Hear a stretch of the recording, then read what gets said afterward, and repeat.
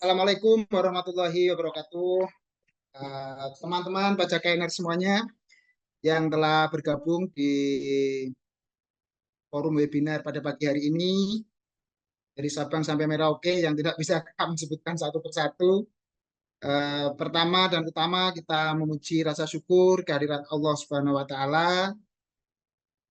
Pada hari ini kita masih diberikan kesehatan sehingga kita bisa uh, karya, bisa bekerja karena eh, bekerja dan bekerja ini adalah suatu ibadah atau kebaikan bagi kita sebagai makhluk yang telah diciptakan oleh Allah Subhanahu wa taala. Kemudian eh, yang berikutnya saya mengucapkan terima kasih banyak kepada teman-teman Pajakainers yang telah bergabung di acara webinar kita ini. Terima kasih. Eh, Juga saya ingin menyampaikan terima kasih kepada teman-teman di HIPMI Tech Center yang juga sebagai salah satu mitra atau partner setia pajakin di dalam memberikan edukasi perpajakan kepada seluruh masyarakat gitu ya. Teman-teman semuanya, pada pagi hari ini kita kembali bertemu di forum webinar. Nah, webinar pagi hari ini kita akan menyampaikan tentang pajak untuk freelance atau pajak untuk pegawai atau pekerja bebas. Jadi nanti mungkin teman-teman bisa lebih dalam dan lebih aktif lah untuk bagaimana sih sebenarnya penerapan atau ketentuan terkait dengan uh, pajak bagi pekerja bebas atau freelance. Kan kadang-kadang memang tidak semua dari kita itu sebagai karyawan atau pegawai ya, atau staf di kantor atau di perusahaan atau di instansi pemerintah. Ada juga yang sebagai freelance. Misal sebagai dokter nih, dokter itu pun mungkin beliau PNS. Ya, PNS-nya secara pajak dia sudah dipotong oleh bendahara tempat dia bekerja ya, bendahara pemerintah, bendahara rumah sakit. Tetapi mungkin juga yang bersangkutan bisa juga membuka praktek secara mandiri di rumah karena punya keahlian sebagai dokter license ada. Sama juga dengan pekerja-pekerja bebas yang lain. Misal kalau tidak terikat dengan kemampuan secara teknik, ada juga seperti misalnya pekerja seni. Pekerja seni itu juga pekerjaannya sebagian besar di dalam aturan pajak mereka lebih dikategorikan sebagai pekerja bebas yang nanti bagaimana perpajakannya itu akan kita bahas pada pagi hari ini. Teman-teman semuanya, pajakers yang saya hormati, sebelumnya izinkan saya tadi Pak CEO Pajakin belum bisa bergabung. Saya sebagai CEO Pajakin mewakili pada kesempatan yang baik ini izinkan kami untuk sedikit menyampaikan tentang profil dan apa itu pajakin. Biar teman-teman semuanya yang mungkin ada yang baru bergabung, baru mendengar, baru tahu, bisa lebih mengenal. Karena kan kalau tak kenal tak sayang kan katanya. Pajakin adalah sebuah perusahaan yang bergerak di bidang konsultasi perpajakan dan akuntansi. Nah, untuk layanan sendiri, pajakin itu lebih kepada layanan yang bersifat online dan offline, teman-teman semuanya. Sebagai sebuah perusahaan, sebagai sebuah organisasi, kami memiliki visi tentunya. Visi kami menjadi mitra terpercaya bagi wajib pajak di dalam menjalankan kewajiban perpajakannya dan di dalam memperoleh atau mendapatkan hak perpajakan. Jadi di sisi ini kita ingin berdiri secara seimbang di tengah-tengah bagaimana kita mampu dan bisa membantu wajib pajak di dalam menyelesaikan atau menunaikan kewajibannya. Tetapi juga tidak lupa, ketika memang wajib pajak juga memiliki hak, kami juga ingin memberikan sebuah pesan bahwa Anda memiliki hak loh, karena Anda sudah melakukan kewajiban perpajakan, maka Anda juga berhak nih untuk mendapatkan hak Anda.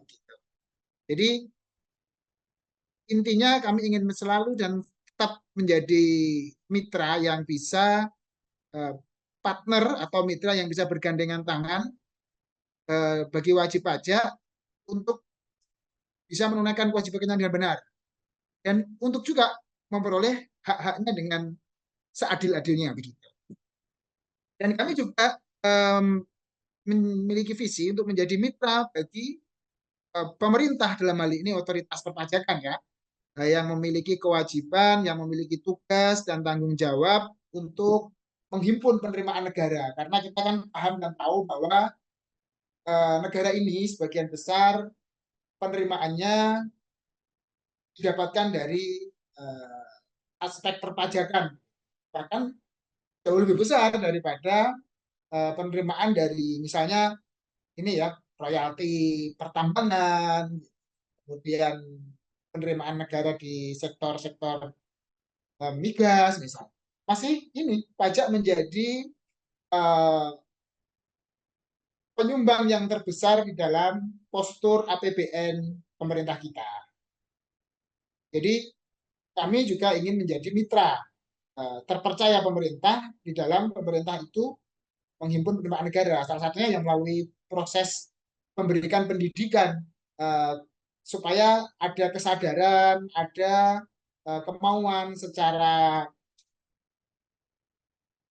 apa ya, secara melakukan compliance itu secara voluntary tanpa ada paksaan. Jadi ada istilah ada voluntary compliance atau ada secara sukarela bahwa nanti bagaimana wajib pajak itu masyarakat yang memiliki kewajiban bisa memenuhi kewajiban.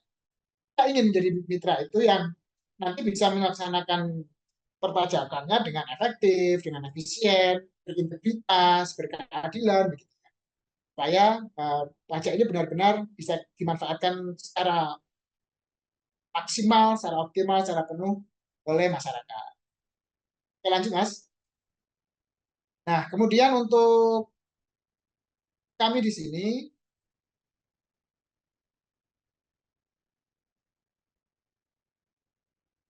di dalam melaksanakan dan dalam kami mencapai visi yang tadi kami sampaikan, Bapak Jakin tentunya tadi salah satunya webinar ini ya, teman-teman semuanya.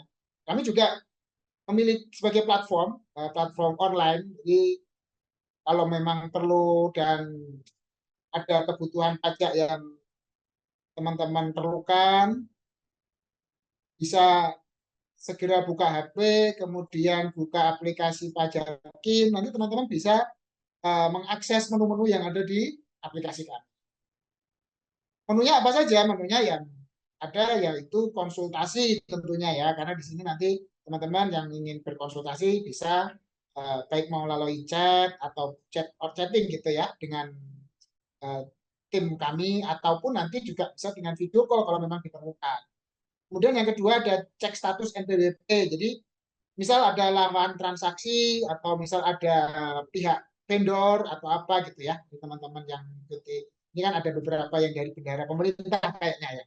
Ada mau ngecek nih status NPWP-nya uh, delete, non efektif, apa masih aktif, itu bisa dicek di menu pajakin kita.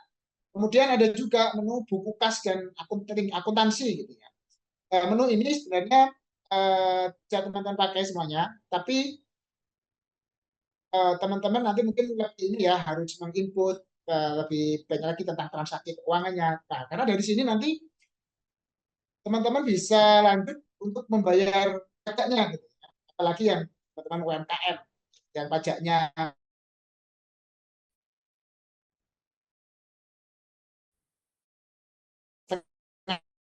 buka. Kalau accounting nanti teman-teman ketika uh, diperlukan di dalam proses menunaikan kewajiban pajak, misalnya untuk pelaporan harus dilampiri dengan laporan keuangan, laporan keuangannya dilampirkan, nah, teman-teman bisa di-download dari aplikasi-aplikasi.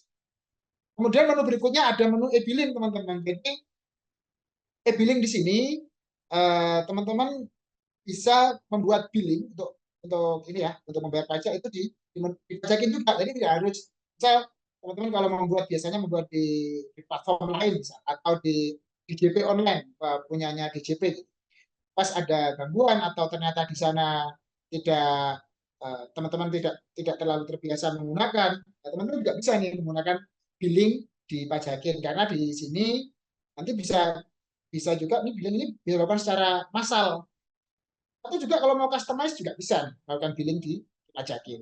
Sehingga misal teman-teman mau menjadwalkan nih, oh aku mau menjadwalkan nih tiap bulan bayar PPh satu nih, tanggal berapa, tanggal 9, nanti sudah muncul billing sendiri ya, bisa menggunakan menu e-billing kita. Atau mau customize, karena banyak ya bisa juga. Kemudian berikutnya ada menu e-materai. E-materai ini, teman-teman, biasanya kalau memang dokumen-dokumen yang bersifat digital yang perlu dibubuhi materai kan wajib menggunakan e-materai. Nah, teman-teman bisa juga Bapak Jakin menyediakan uh, ini ya, jualan e-materai. Jadi bisa dibeli di menunya Pak Jakin. Lanjut. Nah, berikutnya di sini juga di aplikasi Pajaki nanti teman-teman juga bisa menemukan tentang.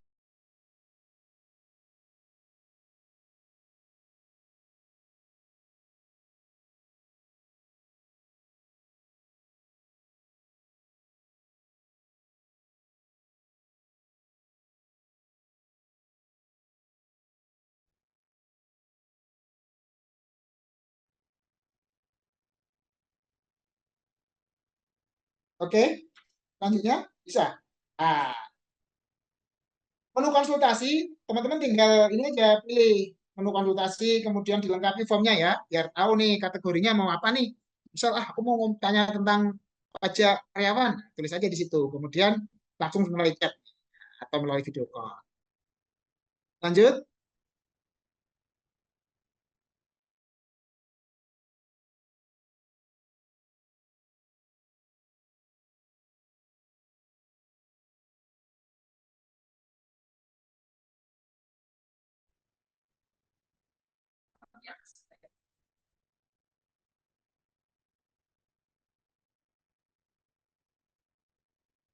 Oke, selanjutnya.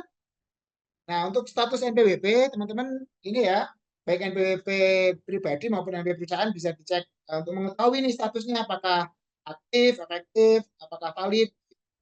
Sehingga teman-teman bisa pasti, oh vendor saya itu NPWP-nya valid, efektif, jadi tidak ragu-ragu lagi. Selanjutnya,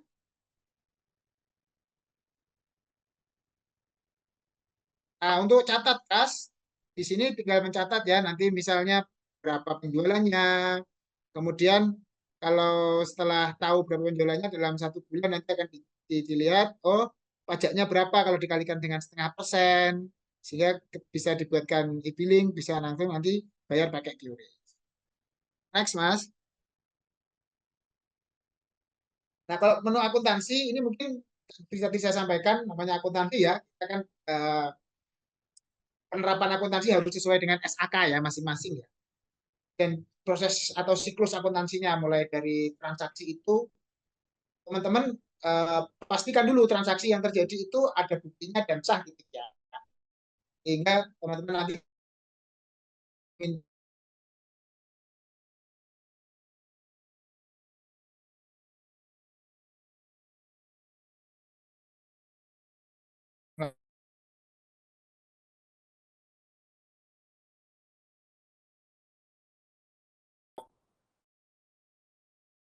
nanti hasilnya laporan keuangan teman-teman bisa download untuk kemudian dilampirkan di dalam pelaporan pajak. Next, Mas.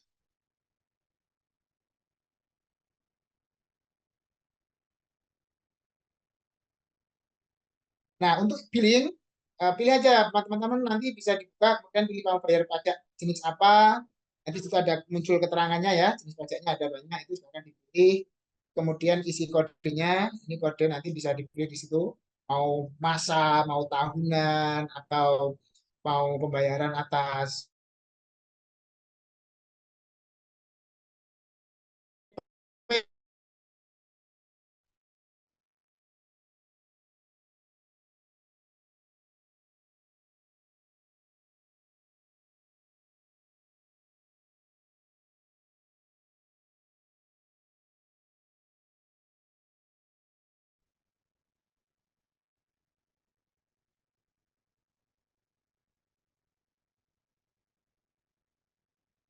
Oh, mohon maaf koneksi putus-putus. Mas, tolong koneksinya distabilkan ya.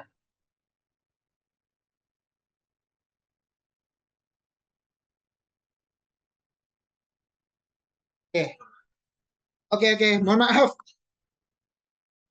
ada gangguan. Selanjutnya, eh,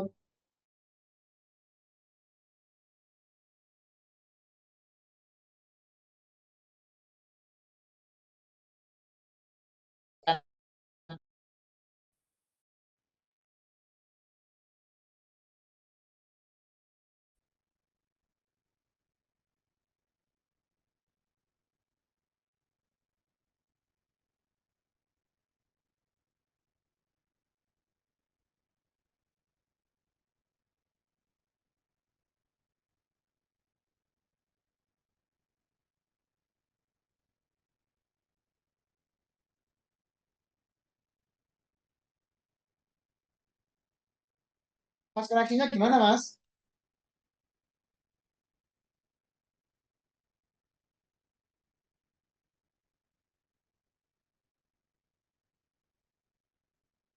Kenapa putus-putus koneksi kita? Nggak disiapin dari awal.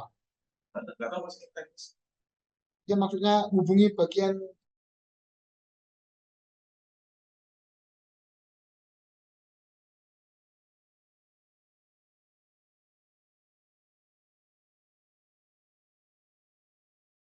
Baik, mohon maaf Bapak Ibu sekalian. Sebelumnya kita lagi ada gangguan jaringan sesaat. Mohon ditunggu Bapak dan Ibu sekalian.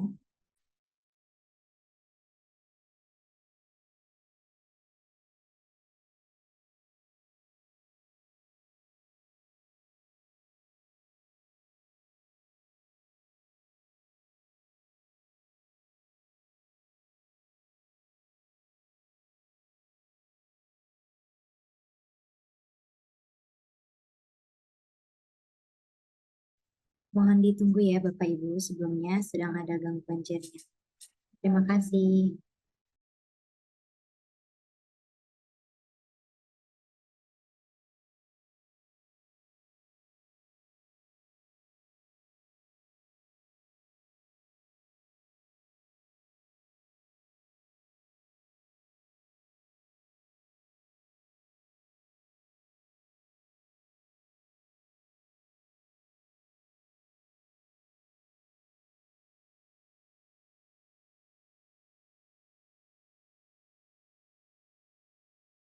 Halo Mas Gofur.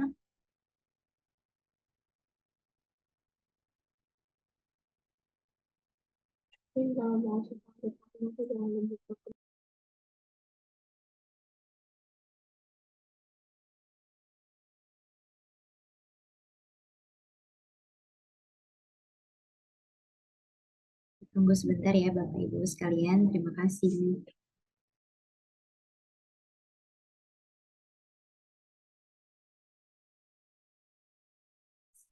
Halo Mas Gofur. Halo, Mbak Dita. Iya, Udah lancar belum? sudah masuk Pak. Ya, Kan putus-putus. Nggak enak kalau putus-putus. Nggak nyambung-nyambung kan. Ngomong apa nggak jelas nanti. Masih kurang stabil ini.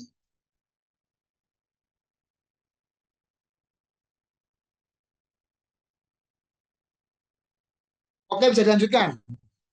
Suara saya sudah kedengar belum, teman-teman? dengar Mas. Sudah Iya, bisa ya, sudah ya. Oke, ini selanjutnya untuk terima kasih ya teman-teman. Mohon maaf masalah teknis. Kemudian untuk layanan service offline kami, teman-teman semuanya nanti bisa juga ketika mau didampingi perpajakannya, didampingi pelaporan keuangannya, kami ada layanan-layanan yang bisa teman-teman dapatkan. Baik secara misal pas teman-teman mau saya mau inilah bisa berlangganan dengan Jekin bulan biar laporan keuangan dan laporan pajak saya direview. Terima kasih Pak Indra, dimaafkan. Direview oleh tim pajakin ataupun nanti kita hanya sebagai general tax advisory, kami siap untuk membantu teman-teman. Ataupun ketika masih ada proyek atau ada case-case perpajakan, ada eh, kasus-kasus tertentu yang bersifat kasuistis dari perusahaan teman-teman semuanya, perusahaan saudara teman-teman, kita juga siap untuk membantu di teks advisory-nya. Kemudian ada juga kalau misal melakukan host training,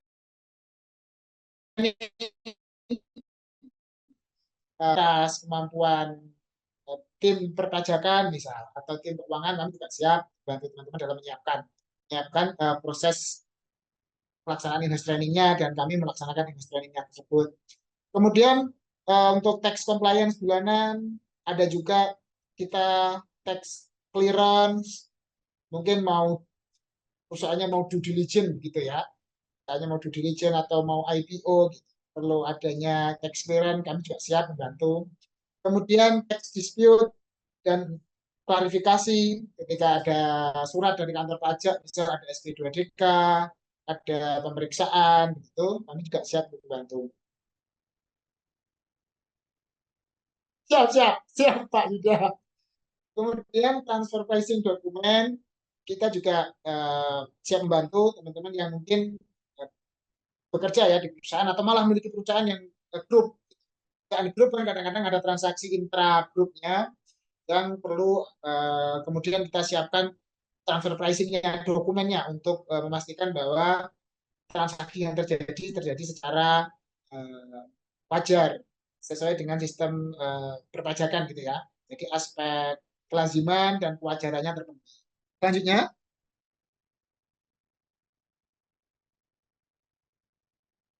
ayo next Mbak Dita. Oke, terima kasih itu ya. Mungkin sedikit perkenalan kami dari Pak Jatin dan kita langsung saja ke materi. Nanti sebelum ke Mbak Diva, sedikit saya juga akan memberikan pengantar untuk materi kita pada pagi hari ini. Ayo di share screen Mbak, juga ditunggu teman-teman. Apa materi kita pagi hari ini? Tips mengelola pajak bagi freelance atau pekerja bebas.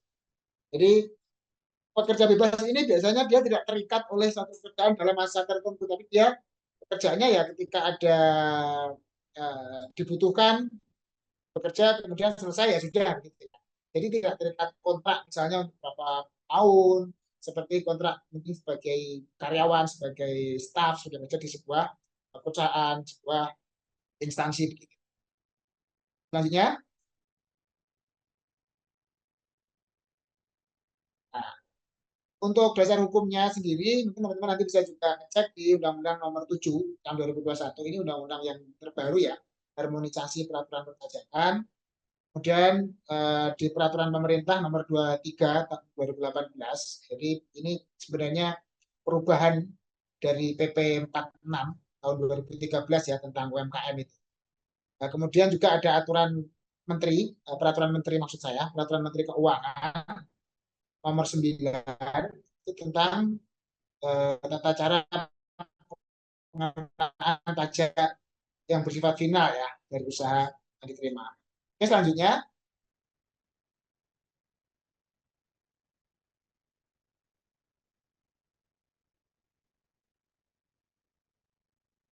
nah, apa itu freelance atau pekerja bebas? Kalau di bahasanya yang rutut ya, individu yang bekerja secara independen tanpa ikatan satu perusahaan atau badan usaha ya. Jadi mereka memiliki fleksibilitas pekerjaannya. Nah,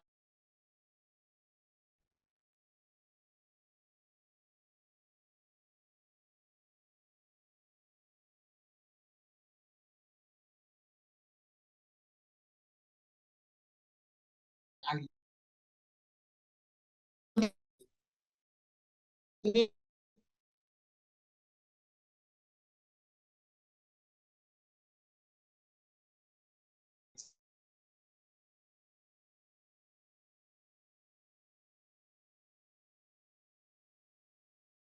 keuangan ataupun konsultan manajemen.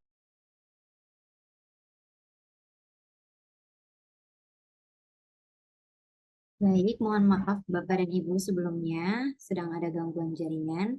sekalian ditunggu. Mungkin Bapak dan Ibu sekalian bisa sekalian mengisi link absensi atau pretest yang ada di kolom chat Zoom. Terima kasih.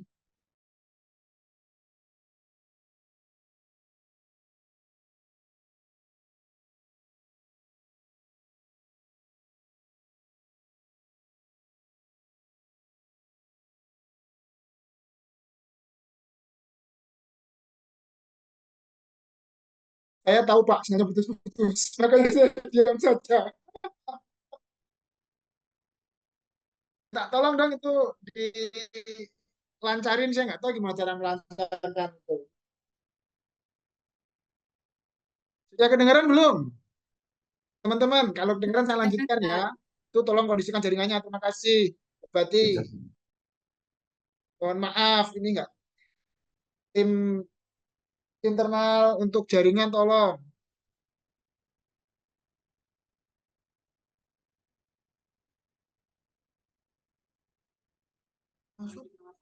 Halo Pak Gopur. Ya, Suara sudah terdengar, Pak.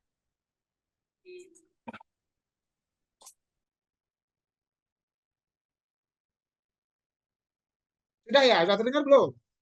Sudah. Sudah terdengar, Mas. Oh, oke. Apa ini dulu aja? Nanti kalau mati lagi. Oke, itu ya untuk pekerja bebas. Jadi seorang individu yang bekerja biasanya dia tidak mau diatur oleh jam kerja waktu. Dia lebih ke ini mau menyelesaikan pekerjaan ya.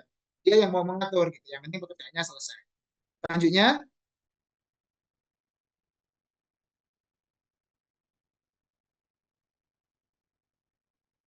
semangat. Terima kasih Mas Yudo, tim IT semangat ya. Nah, kewajiban untuk perusahaan pengusaha atau ini ya orang pekerjaan bebas itu sama sebenarnya. Yang mendaftarkan untuk mendapatkan NPWP. Kalau ini teman-teman sudah mau mendaftar, ini kan banyak ya teman-teman yang mungkin Gen Z ini, Gen Z lah, yang baru lulus kuliah, yang kemudian memang punya keahlian di bidang coding, di bidang desain grafis dan lain-lain, bisa juga nanti dia bekerja itu tidak berdasarkan ini pekerjaan, tapi berdasarkan permintaan aja. Oh ini tahun dibuatkan sampai selesai ya sudah. Jadi ini masuk dalam kategori pekerja bebas. Kalau mau mendaftarkan untuk dapat NPWP, bisa ke kantor pajak langsung atau bisa secara online juga bisa ya melalui e-registration. Kemudian setelah itu kan nanti teman-teman punya NPWP ya apa yang dilakukan ya kalau memang nanti sama yang kontrak pekerjaan itu minta NPWP dikasihkan aja NPWP-nya. Di situ nanti teman-teman akan penghasilannya itu akan dipotong tuh. Penghasilannya akan dipotong pajak. Atau teman-teman bekerja sendiri nih punya proyek sendiri kemudian produknya baik berupa jasa atau produknya berupa aplikasi begitu dijual sendiri dan teman-teman bekerja secara bebas tidak berhimpun dalam sebuah ini ya perusahaan begitu ya nanti teman-teman itu bisa menghitung pajaknya sendiri setelah menghitung pajaknya sendiri ditambah dengan pajak yang didapatkan dipotong oleh pemberi kerja kemudian dihitung tuh dalam 1 tahun pajaknya baru nanti lapor pajak secara tahunan begitu ya. Selanjutnya,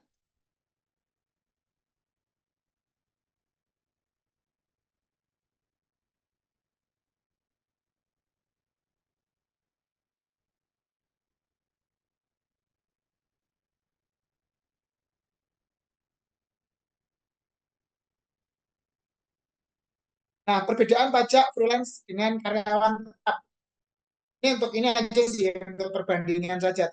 Jadi dari sumber penghasilannya kalau freelance itu bisa bermacam sumbernya bukan dari satu aja ya. Kalau karyawan tetap biasanya berasal dari gaji di tempat dia kerja.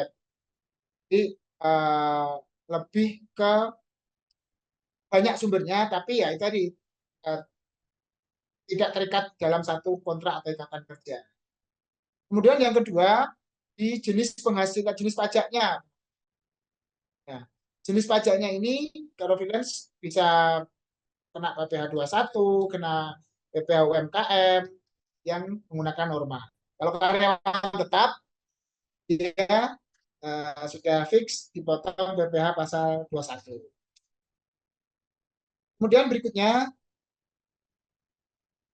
untuk penghitungan pajak ya. Untuk penghitungan pajak kalau untuk freelance itu ada nanti dihitung ya, ada penghasilan brutonya berapa, masih dikurangi biaya operasional berapa, kurangi dengan PTKP jika memang dia tidak menggunakan UMKM. Kemudian untuk karyawan tetap hitungan pajaknya sudah jelas tuh pakai R ya kalau sekarang ya, pakai tarif rata-rata. Nah, untuk tanggung jawab pelaporan untuk karyawan tetap itu biasanya untuk tiap bulan tidak perlu lapor, cukup sudah dipotong dan dibayarkan oleh keuangan bagian penggajian.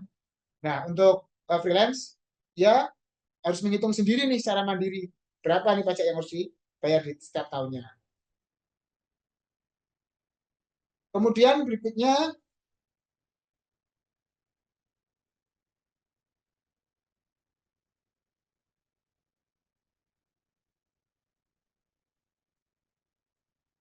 nah, jenis pajak atas pekerjaan bebas untuk pasal PPh pasal 21, jenis pajak ini dikenakan atas penghasilan yang diterima oleh orang pribadi ya, eh, dalam negeri yang mempekerjakan freelancer atau pekerja bebas gitu. Jadi dipotong. Tadi misalnya konsultan orang pribadi sebagai konsultan proyek, sebagai konsultan keuangan misalnya.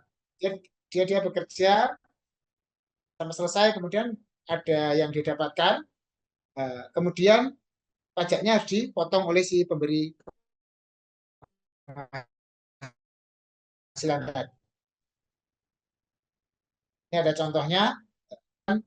Jadi dasar pengenaan pajaknya itu 50% dari gaji atau 50% dari penghasilan yang dia dapatkan. Jadi tidak semuanya. Misal kalau di sini contohnya dia menyelesaikan proyek, dia nilainya proyek 10 juta. Misalnya. Kemudian berapa pajaknya? Ya sudah 50% dari 10 juta. Oh 5 juta berarti dasar pengenaan pajaknya 5 juta. Dikalikan dengan tarif. Tarifnya yang mana? Tarif progresif tentunya ya kalau orang pribadi ya. 5%, 15%, 25%, begitu sampai yang tertinggi 35%. Selanjutnya,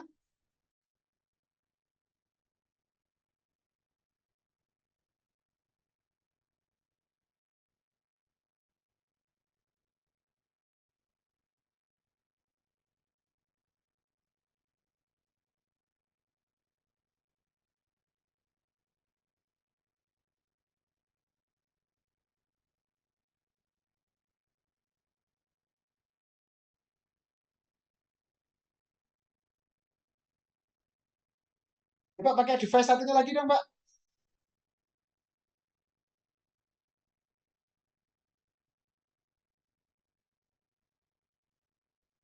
Aku pakai itu aja.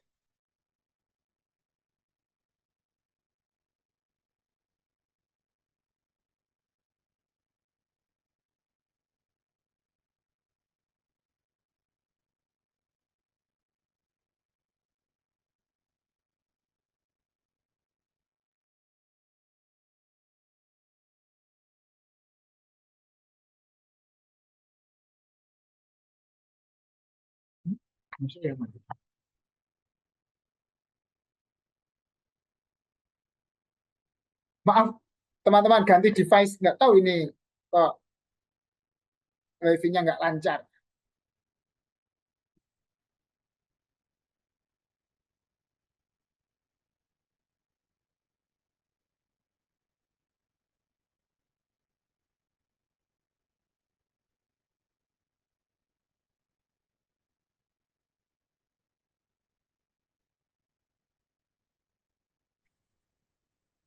Baik, silakan ditunggu ya Bapak Ibu sekalian.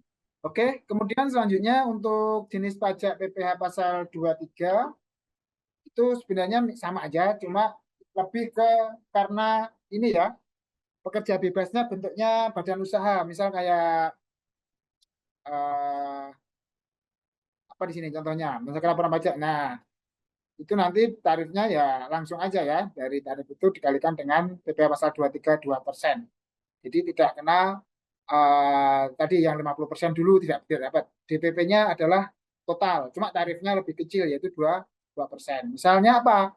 Ya ini perusahaan konsultan, kemudian kayak advokat, pengacara begitu ya, desainer dan lain-lain. Kalau memang mereka berhimpun dalam sebuah firma misal atau CV, kemudian memberikan jasa sesuai dengan kemampuan atau keahliannya.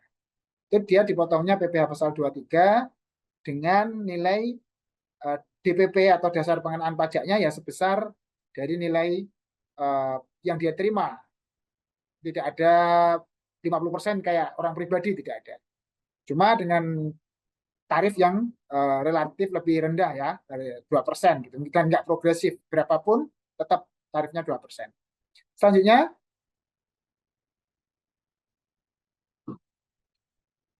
nah ini ada pekerjaan bebas yang misalnya dia UMKM ya. UMKM itu kan seperti kemarin sempat disampaikan untuk tarif, sebenarnya bahasanya bukan tarif UMKM sih ya, tarif final dengan peredaran bruto tertentu atau dengan omset tertentu, dalam hal ini 4,8 miliar ke bawah.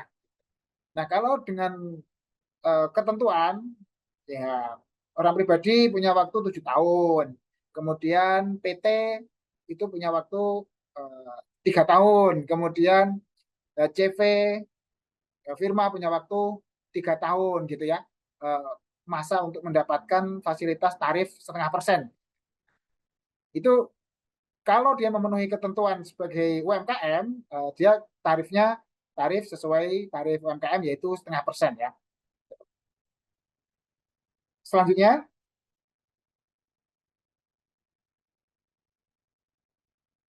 nah ini tadi ini kalau ada dalam 1 tahun dihitung pajaknya ada yang kurang bayar, itu namanya PPh pasal 29 ya. Nanti itu kalau untuk pekerjaan bebas biasanya ada. Apakah kemungkinan ada lebih bayar juga? Bisa juga yang dipotong oleh selama setahun itu sudah dipotong oleh yang memberikan pekerjaan, memberikan proyek itu, ternyata dihitung-hitung secara ini dihitung, lebih besar yang dipotong daripada pajak saya begitu. Apakah bisa diklaim, diminta pengembalian? Ya sangat bisa begitu ya. Tinggal bagaimana itu namanya SPT-nya nanti statusnya menjadi SPT lebih bayar ya, dan itu bisa dimintakan pengembalian baik melalui proses pemeriksaan biasa atau pengembalian pendahuluan atau restitusi dipercepat yang sempat kemarin kita sampaikan juga ya, tema minggu lalu. Kalau untuk PPh pasal 29 ini untuk kurang bayar ya, dalam 1 tahun dihitung-hitung, oh masih kurang bayar nih karena si pekerja bebas tadi selain mendapatkan penghasilan dari pihak A, B, C, D, dari beberapa itu juga mungkin dia ada juga bekerja secara ini ya, secara mandiri gitu, tanpa bekerja dengan pihak lain. Gitu. Kemudian dijual sendiri seperti itu. Nah itu ada kemungkinan memang pajaknya di dalam 1 tahun itu mungkin ada kemungkinan kurang bayar sehingga harus dibayar yang disebut dengan PPh pasal 29. Ya. Selanjutnya, oke, kalau angsuran ini lebih kepada sebenarnya ini ya, jika memang untuk usahawan sih ya. Kalau untuk PPh pasal 25 pekerjaan bebas, apakah ada PPh pasal 25-nya? Bisa aja ada. Misal kayak tadi, orang yang kerja sebagai seorang advokat atau pengacara begitu, memiliki kantor pengacara dan kantor pengacaranya sudah besar begitu. Kemungkinan tahun depan penghasilannya ya tetap ada begitu kan. Nah, sehingga daripada nanti bayar pajak 29 atau pajak tahunannya besar, makanya dia memilih untuk diangsur nih tiap bulan pajaknya atau disebut dengan PPh pasal 25. Next. Nah, dasar penghitungan pajak untuk freelance. Ya, Mbak, lanjut. Nah, menghitung penghasilan bruto, ini penghasilan bruto adalah jumlah total ya yang diterima selama 1 tahun. Baik itu tadi dari klien maupun individu. Kemudian contoh penghasilan brutonya ya tadi honor, fee, atau komisi, kemudian ada proyek dan lain-lain. Dari usaha sendiri gitu ya. Selanjutnya, next.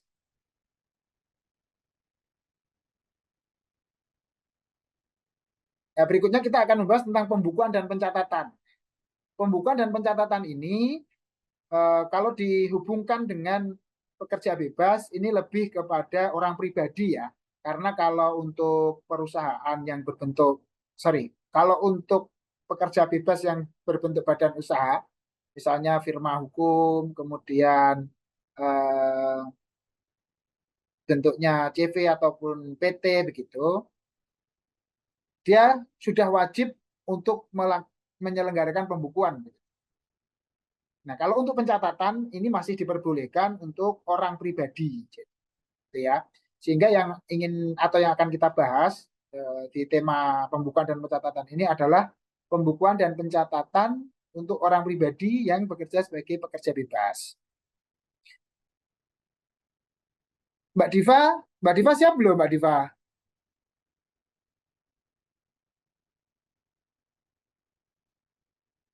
Mbak Diva? Iya, Mas. Oke. Teman-teman pajak yang semuanya, terima kasih. Demikian yang bisa saya sampaikan ya untuk beberapa hal terkait dengan pekerjaan bebas. Nah, untuk subtema pembukuan dan pencatatan, ini nanti sampai tata cara ngitungnya bagaimana secara detail, nanti akan disampaikan oleh tim teks spesialis Mbak Diva Putri ya. Untuk teman-teman semuanya, pajak Gainers, sebelum dan sesudahnya, jika ada kurang dan lebihnya dan ketidaknyamanan, baik karena gangguan teknis dan lain-lain, saya mohon maaf. Demikian yang bisa saya sampaikan, saya serahkan ke Mbak Diva. Nanti kita akan bergabung lagi di forum tanya jawab ya. Terima kasih. Assalamualaikum warahmatullahi wabarakatuh. Silakan Mbak Diva. Terima kasih, Mas Gufur. Assalamualaikum warahmatullahi wabarakatuh. Salam, Om Swastiastu, Namo Buddhaya, salam kebajikan. Selamat pagi, teman-teman semuanya. Izinkan saya untuk melanjutkan presentasi atau materi webinar pada hari ini. Boleh dibantu next, Mas?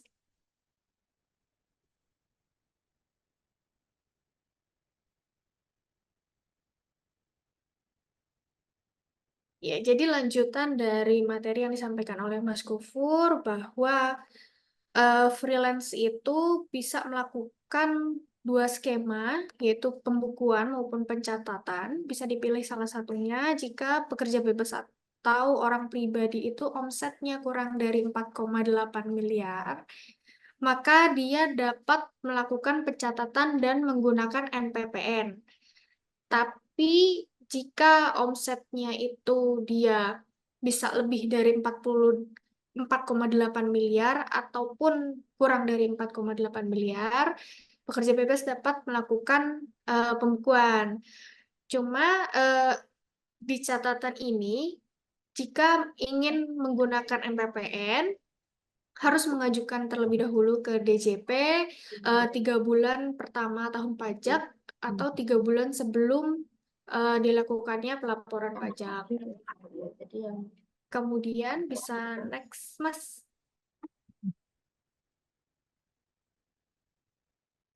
Nah, ini ada dua contoh atau isi dari perhitungan jika menggunakan NPPN ataupun pembukuan.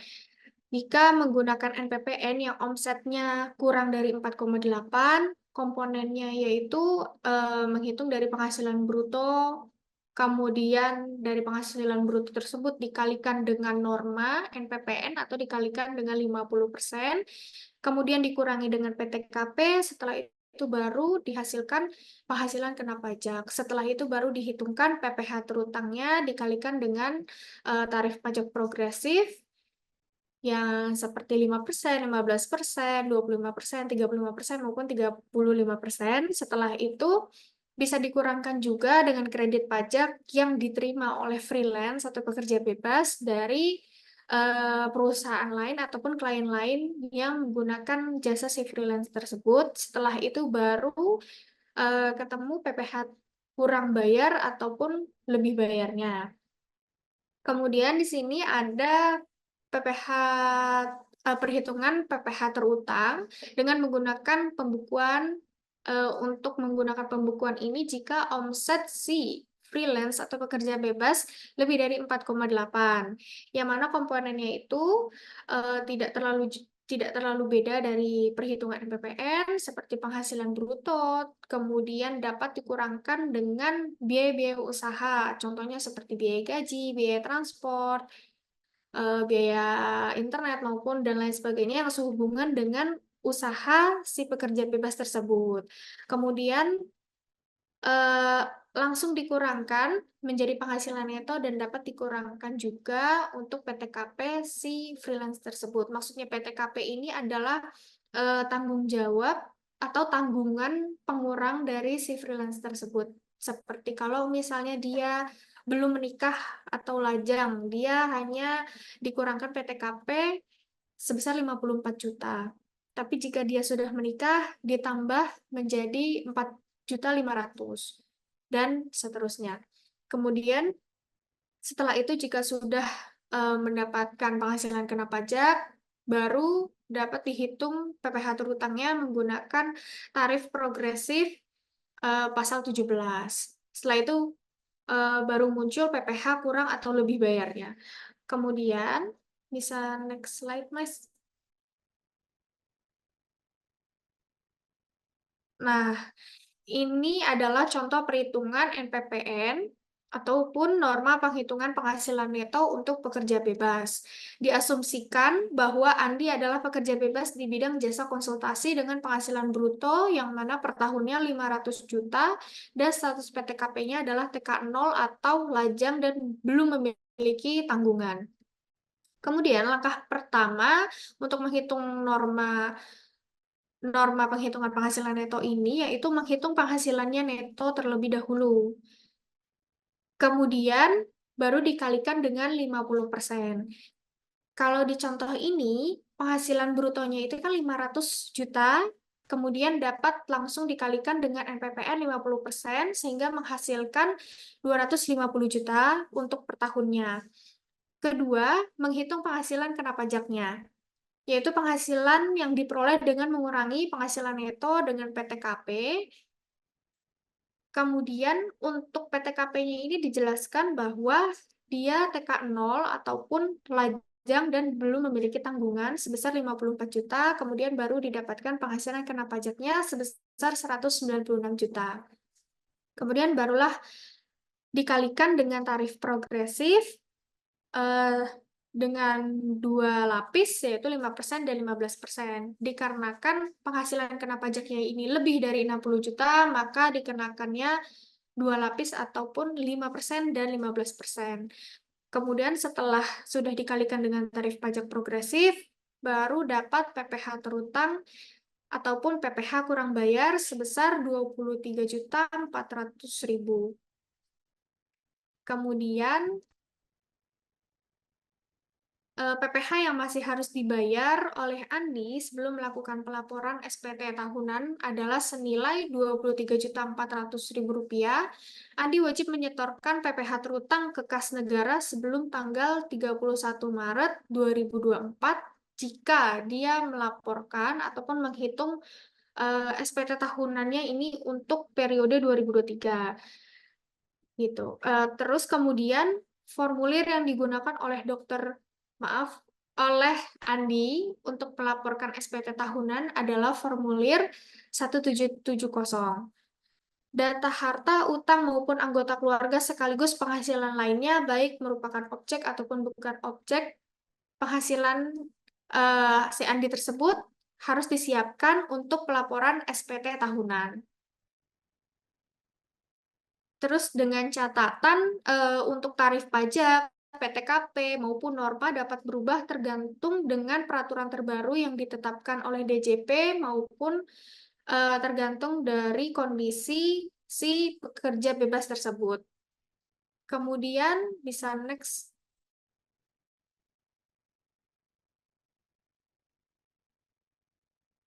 Nah, ini adalah contoh perhitungan jika menggunakan pembukuan.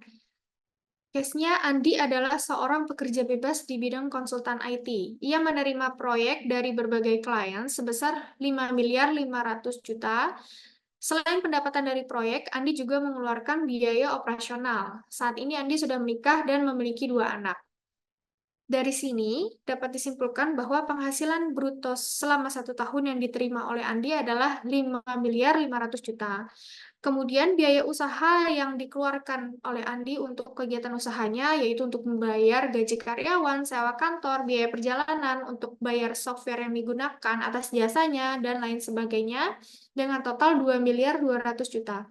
Kemudian dari penghasilan bruto tersebut dapat dikurangkan dengan biaya usahanya dan menghasilkan penghasilan netonya sebesar 3.300.000.000.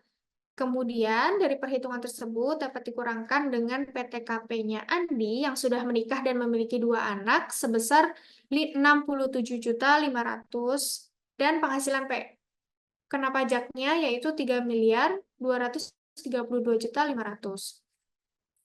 Nah, karena penghasilan kena pajaknya Andi sudah mencapai 3 miliar, maka Andi dikenakan tarif progresif 4 lapis dari 5% sampai 30%. Jadi PPh kurang atau lebih bayarnya sebesar 913.750.000.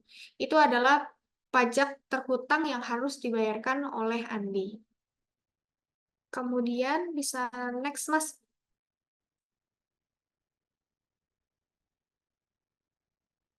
Kemudian di sini ada perbandingan PPh final dan non-final. Pemilihan antara keduanya ini tergantung pada besaran penghasilan dan karakteristik bisnisnya si freelance tersebut. Kemudian kita bisa lihat nih dari perbandingan PPh final dan non-final ini mana sih yang lebih menguntungkan untuk freelance ataupun pekerja bebas. Yang pertama ini adalah PPh final. PPh final untuk freelancer ini adalah PPh final UMKM sebesar 0,5%.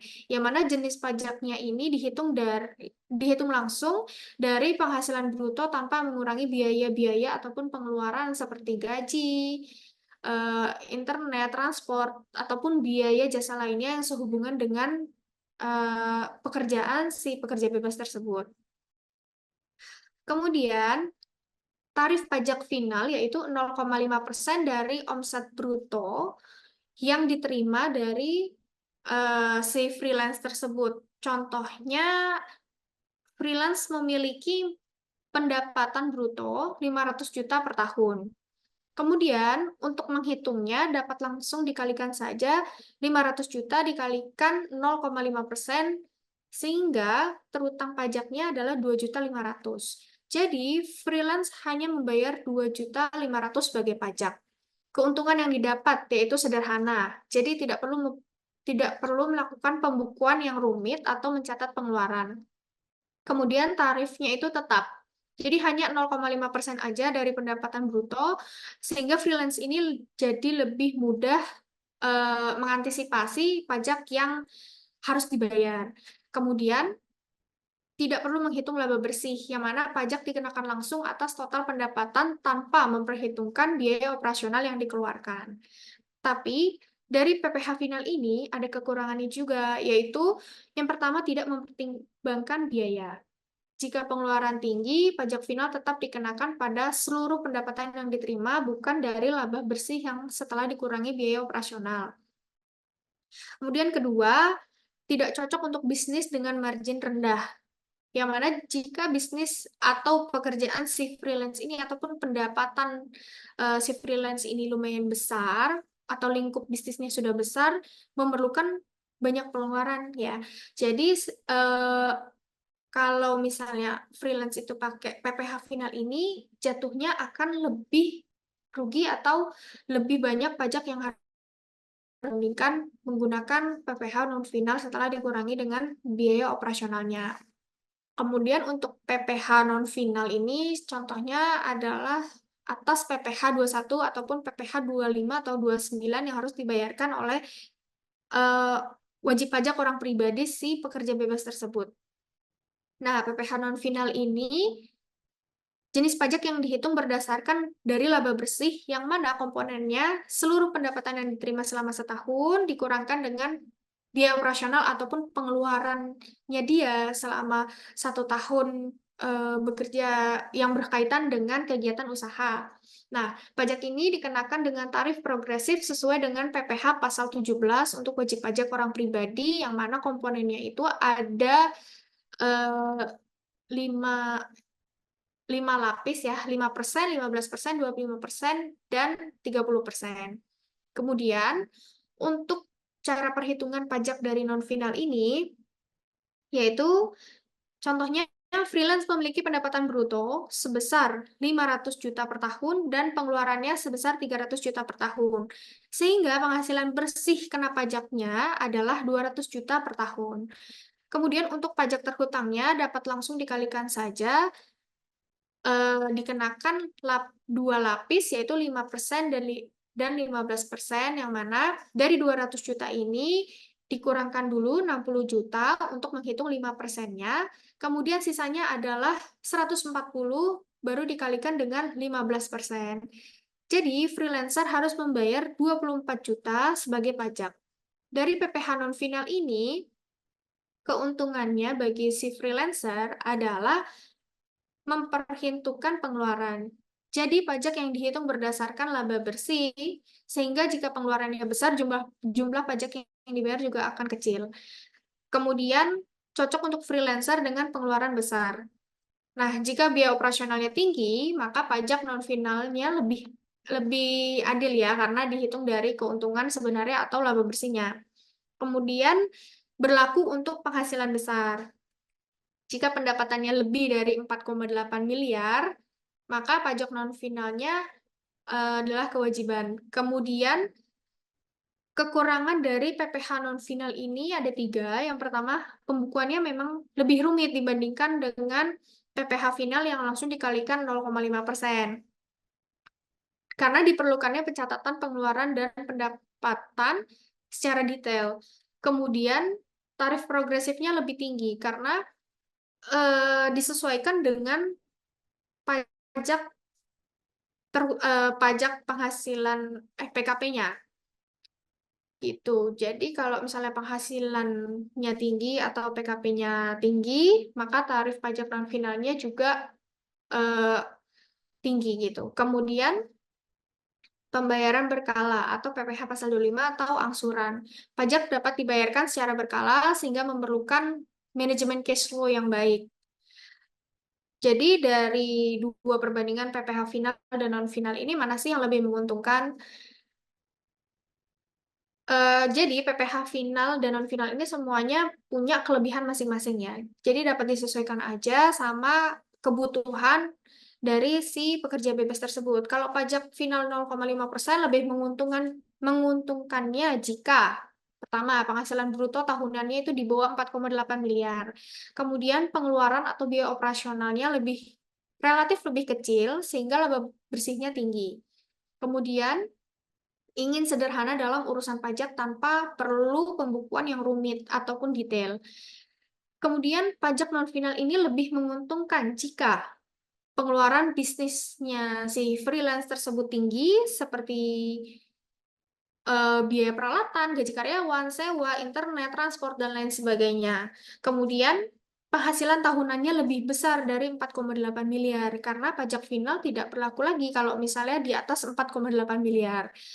Dan yang terakhir, ingin memaksimalkan pengurangan pajak melalui pencatatan biaya operasional.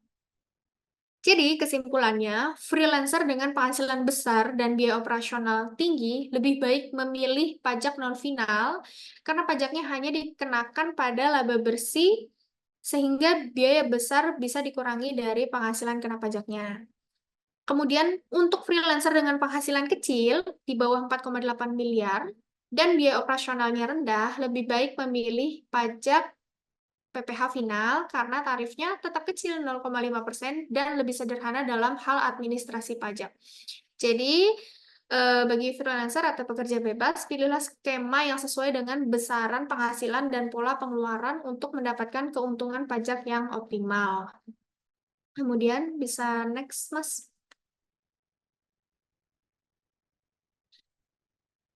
Nah, ini ada strategi manajemen pajak untuk freelancer. Manajemen pajak ini apa sih? Jadi salah satu aspek penting dalam mengelola keuangan bagi freelancer.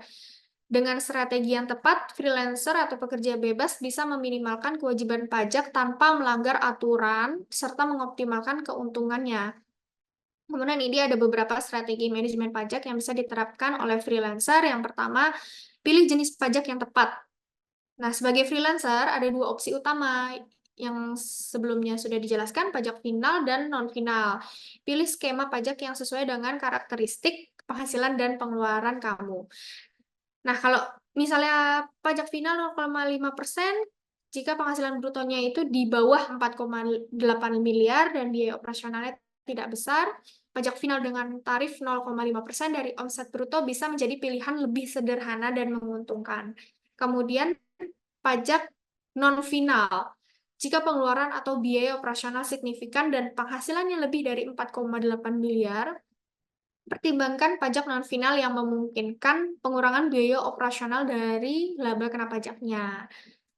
Gitu. Nah, kemudian untuk strategi kedua, ini adalah optimalkan pengeluaran yang bisa dikurangkan. Dalam skema pajak non-final, pengeluaran terkait bisnis dapat mengurangi penghasilan kena pajak. Strateginya ini melibatkan yang pertama, mengklaim pengeluaran operasional. Nah, pastikan mencatat biaya-biaya seperti gaji, karyawan, asisten, peralatan, langganan software, biaya perjalanan dinas, dan lain sebagainya yang sehubungan dengan pekerjaan kalian. Kemudian semakin besar pengeluaran yang bisa diklaim, semakin kecil juga laba bersih yang dikenai pajak. Dan kedua, pemisahan pengeluaran pribadi dan bisnis. Nah, ini selalu pisahkan rekening bisnis dari rekening pribadi. Ini dapat membantu dalam melacak pengeluaran bisnis yang sah atau konkret yang memang benar-benar dikeluarkan untuk keperluan bisnis yang nantinya dapat dikurangkan dari pendapatan kena pajak. Kemudian, untuk strategi yang ketiga, di sini dapat membuat pembukuan yang rapi. Pembukuan yang rapi dan teratur itu adalah dasar manajemen pajak yang baik. Nah, dengan pembukuan akan membantu memonitor arus kas. Jadi, dapat mengetahui kapan sih adanya pendapatan masuk dan pengeluaran keluar, juga akan membantu mengelola cash flow dan memastikan pajak dapat dibayar tepat waktu. Kemudian, dengan pembukuan ini dapat membantu juga kita untuk mengklaim potongan pajak. Catatan yang baik itu dapat memungkinkan untuk mengklaim semua pengeluaran yang bisa dikurangkan secara akurat dan sesuai dengan peraturan yang berlaku tentunya. Kemudian yang ketiga, menghindari kesalahan dari perhitungan pajak. Nah, ini pembukuan yang buruk bisa menyebabkan overpayment ataupun underpayment pajak yang bisa berakibat pada denda pajak. Kemudian yang keempat, manfaatkan insentif pajak. Pemerintah sering kasih insentif pajak untuk UMKM ataupun individu yang memenuhi kriteria tertentu seperti freelance tersebut. Nah, beberapa insentif yang mungkin bisa dimanfaatkan yaitu PPh final UMKM 0,5%, yang mana freelancer yang berpenghasilan di bawah 4,8 miliar per tahun dapat memanfaatkan tarif 0,5%. Ini yang lebih ringan dibandingkan tarif progresif. Kemudian, dan insentif lainnya yang kadang-kadang pemerintah ini memberikan kebijakan pemotongan pajak sementara ataupun insentif untuk sektor-sektor tertentu. Nah, pastikan juga teman-teman mengikuti update dari pemerintah mengenai kebijakan pajak terbaru. Dan tentunya kita juga akan informatif jika terdapat ada peraturan-peraturan ataupun kebijakan-kebijakan pajak terbaru. Kemudian, yang kelima, pertimbangkan membentuk usaha. Nah, jika penghasilan semakin besar, pertimbangkan untuk mendirikan badan usaha seperti CV, PT, dan lain sebagainya. Ini menjadi pilihan yang strategis. Jadi keuntungan dari membentuk badan usaha itu ada dua, yaitu dapat memisahkan tanggung jawab pribadi dan bisnis. Nah, dengan membentuk PT atau badan usaha ini, tanggung jawab si pribadi terpisah dari bisnis dan teman-teman juga dapat mengoptimalkan manajemen keuangan bisnis. Kemudian, yang kedua, pemanfaatan tarif pajak yang lebih rendah. Nah, kadang-kadang pajak untuk badan usaha itu lebih kompetitif ya, terutama jika penghasilannya sangat besar. Badan usaha juga dapat memanfaatkan berbagai skema pemotongan pajak ataupun insentif lainnya yang mungkin nggak tersedia untuk freelancer individu. Kemudian, Untuk strategi yang keenam, bayar pajak secara berkala. Dengan menghindari membayar pajak sekaligus dalam jumlah besar dengan cara menyicilnya secara berkala melalui mekanisme PPh pasal 25. Nah, manfaat dari PPh pasal 25 dengan menyicil pajak secara berkala apa sih? Yang pertama itu mengurangi beban pembayaran pajak di akhir tahun. Nah, pajak yang besar bisa dikelola lebih baik dengan pembayaran angsuran. Kemudian dapat mempermudah pengelolaan cash flow. Dengan mempermudah pengelolaan cash flow ini, freelancer bisa mengelola pendapatan dan pengeluaran lebih stabil setiap bulan ataupun triwulan. Ketujuh, menyimpan bukti transaksi dan dokumen pajak. Nah, setiap transaksi, baik pendapatan ataupun pengeluaran, harus didokumentasikan secara rapi. Simpan bukti pembayaran pajak, faktur klien atau pembelian barang, dan dokumen-dokumen lainnya yang relevan. Ini diperlukan untuk keperluan auditing maupun penghitungan pajak lebih akurat. Jika suatu saat nanti dilakukannya audit pajak, dokumentasi yang lengkap ini juga bisa membantu proses berjalannya audit tersebut lebih cepat dan lancar. Dan juga jika penghitungan pajaknya lebih akurat, dengan adanya bukti transaksi memastikan semua klaim potongan dan penghasilan tercatat dengan benar dan sudah sesuai.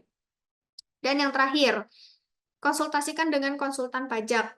Nah, jika penghasilan semakin besar ataupun kompleks, pertimbangkan juga untuk bekerja sama dengan konsultan pajak yang bisa membantu mengoptimalkan potongan pajak. Karena konsultan pajak itu dapat membantu freelancer mencari peluang penghematan pajak yang legal dan menguntungkan bagi si freelancer tersebut.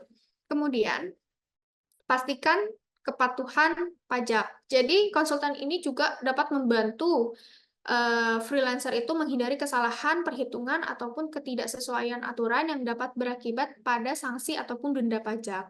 Tentunya kan kita nggak mau ya kalau ada sanksi ataupun denda pajak yang terlalu besar gitu. Kemudian, rencanakan pajak tahunan. Jadi, konsultan ini juga bisa membantu merencanakan pembayaran pajak yang efisien dan sesuai dengan cash flow teman-teman. Jadi, kesimpulan dari strategi manajemen pajak untuk freelancer, yaitu strategi manajemen pajak yang efektif untuk freelancer melibatkan pemilihan skema pajak yang tepat, final atau non-final, dengan mencatat setiap pengeluaran untuk mengurangi penghasilan kena pajak dan memastikan pembukuan yang rapi. Dan dengan adanya memanfaatkan insentif pajak, melakukan pembayaran pajak secara berkala, maupun mempertimbangkan pendirian badan usaha, freelancer juga dapat mengoptimalkan kewajiban pajak dan menjaga arus kas yang sehat. Oke, bisa next slide, Mas.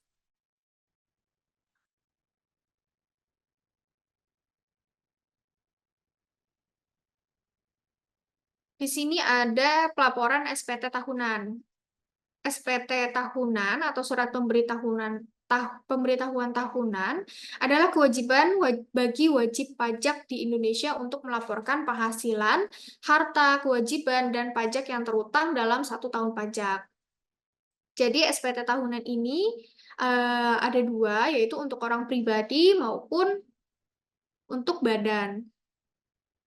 Kalau orang pribadi itu dapat menggunakan formulir 1770, 1770S, dan atau 177SS. Ini dapat disesuaikan juga dengan penghasilan yang diterima oleh wajib pajak orang pribadi tersebut. Kemudian yang kedua ada SPT tahunan badan atau formulir 1771 yang dapat digunakan oleh badan usaha seperti PT, CV, firma maupun koperasi dan lain sebagainya. Apa aja sih dokumen dan data yang dibutuhkan untuk pelaporan SPT tahunan, yaitu wajib pajak harus memiliki NPWP sebagai tanda sudah terdaftar wajib pajak di Indonesia. Kemudian yang kedua, laporan penghasilan. Bagi orang pribadi, data penghasilan dari pekerjaan, usaha, ataupun profesi itu termasuk honor, dividen, bunga, royalti, maupun penghasilan lainnya yang diterima oleh orang pribadi. Kemudian, untuk badan usaha nih, laporan laba rugi dan neraca yang mencakup seluruh pendapatan dan biaya-biaya selama 1 tahun ataupun selama 1 periode. Boleh next, Mas.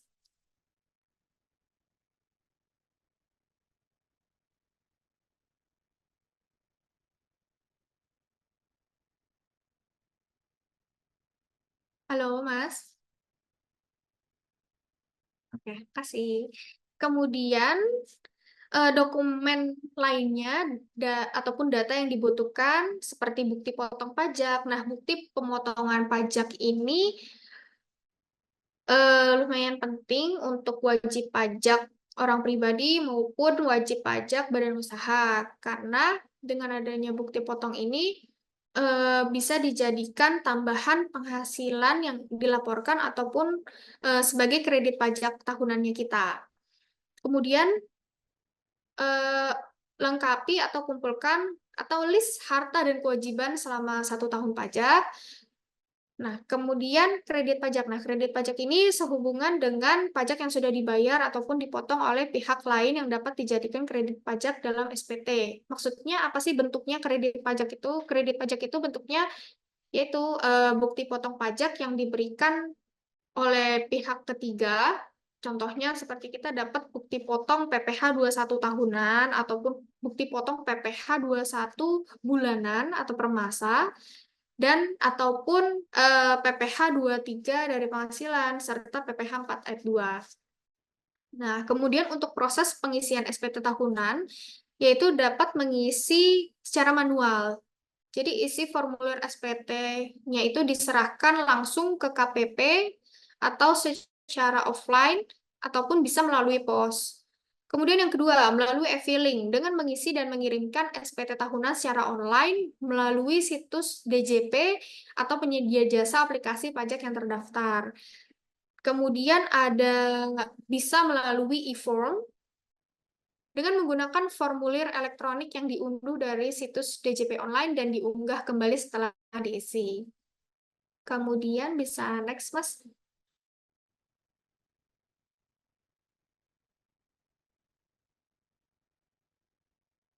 Di sini ada beberapa jenis ya pengisian formulir. Ada 4. Jadi untuk formulir 1770 SS ini adalah formulir untuk wajib pajak orang pribadi yang berpenghasilan di bawah 60 juta per tahun dan hanya dari satu pemberi kerja aja. Kemudian formulir 1770S itu adalah untuk wajib pajak orang pribadi dengan penghasilan di atas 60 juta per tahun atau memiliki lebih dari satu sumber penghasilan. Atau sumber penghasilannya itu lebih dari satu pemberi kerja. Kemudian ini ada formulir 1770 yaitu formulir untuk wajib pajak orang pribadi yang memiliki penghasilan dari usaha ataupun pekerjaan bebas.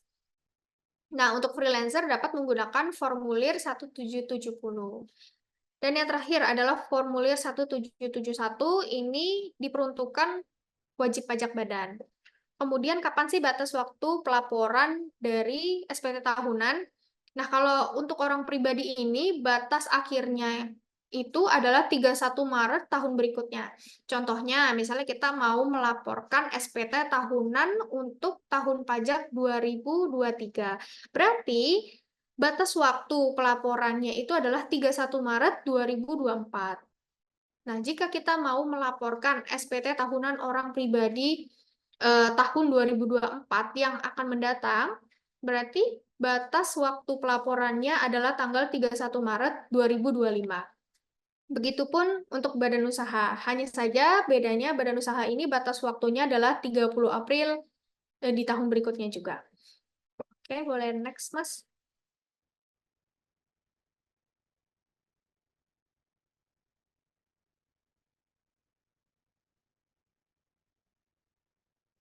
Ini ada sanksi dan denda. Nah, jika ada keterlambatan dari pelaporan SPT tahunan, itu dapat dikenakan denda sebesar 100.000 untuk orang pribadi dan 1 juta rupiah untuk badan.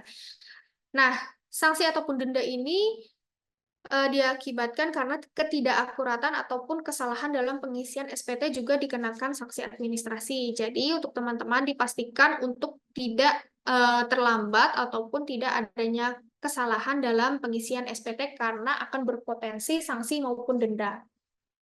Kemudian jika sudah melaporkan nih SPT tahunan pribadinya ataupun SPT badannya, kita akan mendapatkan bukti penerimaan elektronik jika melaporkan melalui e-filing. Nah, ini dipastikan teman-teman dapat mendokumentasikan atau disimpan baik-baik dari BPEE atau bukti penerima elektronik ini. Kemudian, boleh next, Mas.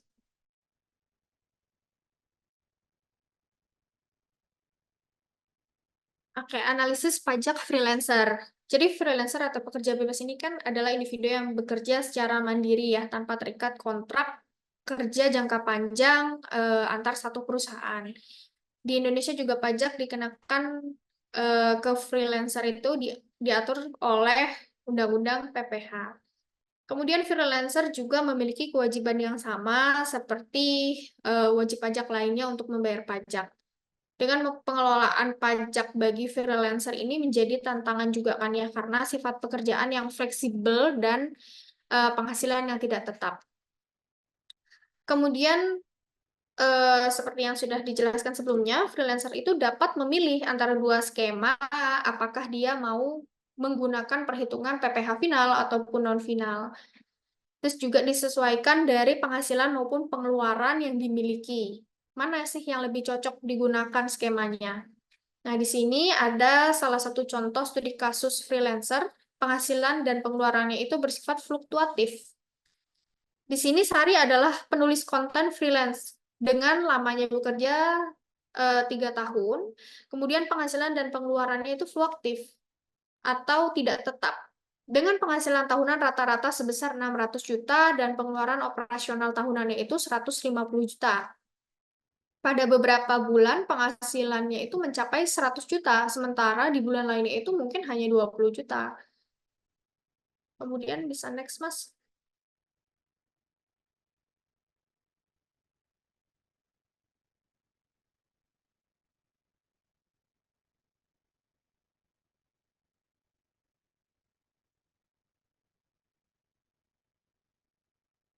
Halo, Mas, boleh tolong di next. Nah, apa aja sih permasalahan-permasalahan yang dihadapi oleh Sari ini sebagai freelance penulis gitu ya? Yang pertama, fluktuasi penghasilan. Sari ini mengalami variasi penghasilan yang cukup besar setiap bulannya. Hal ini menyebabkan kesulitan dalam merencanakan anggaran dan menentukan berapa sih pajak yang harus disisihkan dari penghasilannya itu. Kemudian, kurang tahunya tentang pilihan pajak. Sari ini kurang memahami perbedaan antara pajak final maupun non-final, serta mana sih yang lebih menguntungkan bagi situasinya saat itu. Kemudian yang ketiga, pengeluaran bisnis yang signifikan. Sari memiliki pengeluaran besar untuk riset konten, software, maupun perlengkapan kerja yang seharusnya dapat mengurangi beban pajaknya. Dan yang terakhir, permasalahan yang dihadapi oleh Sari ini belum melakukan pencatatan pengeluaran dan penghasilan secara sistematis yang menyulitkan untuk menghitung pajak dan memanfaatkan pengurangan biaya operasionalnya. Nah, oke, boleh next, Mas.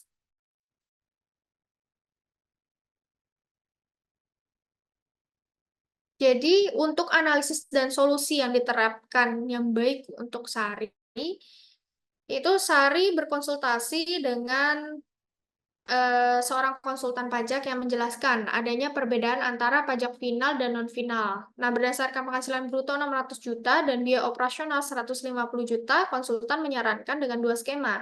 Jika dia menggunakan pajak final 0,5%, Sari akan cukup membayar 3 juta per tahun tanpa perlu mempertimbangkan pengeluaran.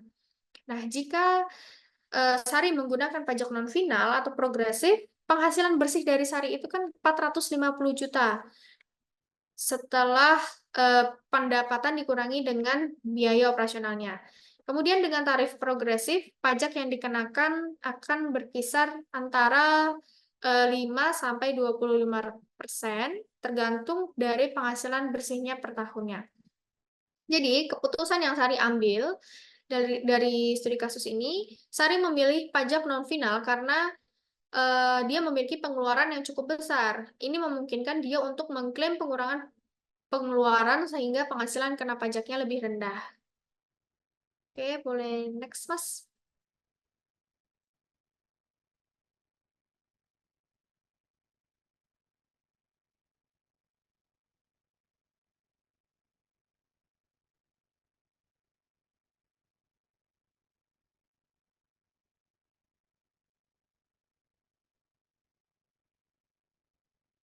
Nah, untuk yang kedua, analisisnya penerapan pembukuan rutin, yang mana untuk memanfaatkan pajak non-final, Sari ini mulai melakukan pencatatan keuangan secara rinci. Yang pertama dengan menggunakan aplikasi keuangan untuk mencatat setiap pemasukan dan pengeluarannya, kemudian memisahkan rekening bisnis dan pribadi agar lebih mudah mengelola dana yang masuk maupun dana yang keluar. Dan ketiga, mengarsipkan semua bukti transaksi seperti faktur pembelian software, pembayaran kepada asisten riset, maupun pengeluaran lainnya terkait dengan pekerjaan. Kemudian ketiga, ini penyisihan pajak secara berkala. Sari mengatasi masalah fluktuasi penghasilan dengan cara menyisihkan persentase tertentu dari setiap pembayaran klien untuk keperluan pajaknya. Contohnya, setiap kali dia menerima bayaran 50 juta dari klien, Sari menyisihkan sekitar 5% dari penghasilan bersih untuk pembayaran pajaknya. Jadi seperti dicicil gitu ya untuk pembayaran pajaknya. Jadi lebih ringan untuk pembayaran pajaknya. Kemudian yang terakhir ini konsultasi pajak berkala. Sari juga melakukan evaluasi pajak setiap akhir tahun dengan konsultan pajak. Konsultan membantu dia untuk memastikan bahwa semua pengeluaran bisnis telah dimasukkan, memantau potensi potongan pajak, dan menghindari masalah dengan otoritas pajaknya. Oke, boleh share, Mas?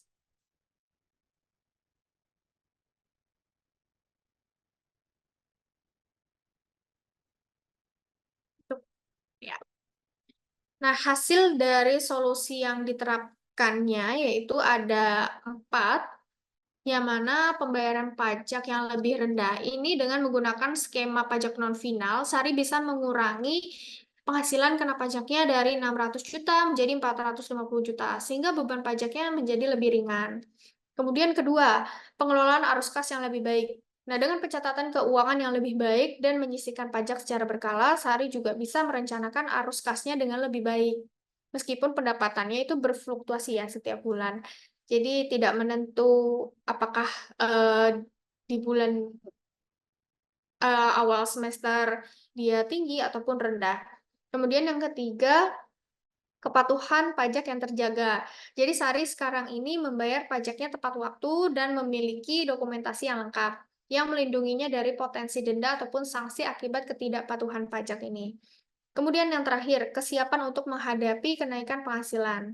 Seiring dengan bertambahnya klien Sari dan peningkatan penghasilan, Sari ini siap menghadapi kemungkinan pajak yang lebih tinggi. Dengan pencatatan dan perencanaan yang baik, dia juga dapat mudah gitu beradaptasi jika penghasilan mencapai lebih dari 4,8 miliar dan beralih ke pajak non-final yang lebih kompleks. Oke, boleh next, Mas.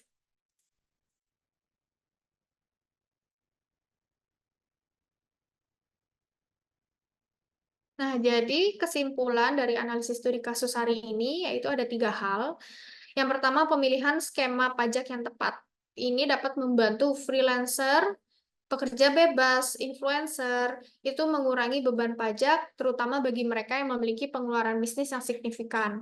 Kemudian yang kedua, pencatatan keuangan yang rapih dan teratur itu juga sangat penting untuk memanfaatkan pengurangan biaya operasional dan memastikan kepatuhan pajak. Kemudian yang ketiga, konsultasi dengan profesional pajak dapat membantu atau memberikan panduan yang tepat, terutama dalam memilih skema pajak dan mengoptimalkan potensi potongan pajak. Nah, dari studi kasus ini menunjukkan bahwa dengan perencanaan pajak yang tepat, freelancer maupun pekerja bebas dapat mengurangi kewajiban pajak dan menjaga stabilitas keuangan meskipun penghasilan berfluktuasi. Ini boleh next, Mas. Oke, mungkin itu saja pemaparan yang bisa saya sampaikan. Saya kembalikan ke Mbak Dita. Terima kasih.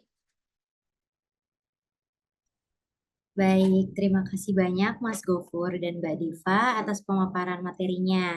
Berkat materi yang disampaikan oleh Mas Gofur dan Mbak Diva, kita jadi tahu nih bagaimana sih tips untuk mengelola pajak bagi freelancer atau pekerja bebas dengan bijak. Nah, sebelum kita beralih ke rangkaian acara selanjutnya, kami mohon ketersediaan Bapak dan Ibu peserta webinar untuk mengaktifkan kamera. Hal ini bertujuan untuk mendokumentasikan momen berharga ini. Kami sangat mengapresiasi partisipasi dan kehadiran Bapak Ibu dalam webinar hari ini. Baik Bapak Ibu, kita tunggu ya untuk on-cam sampai 11.24.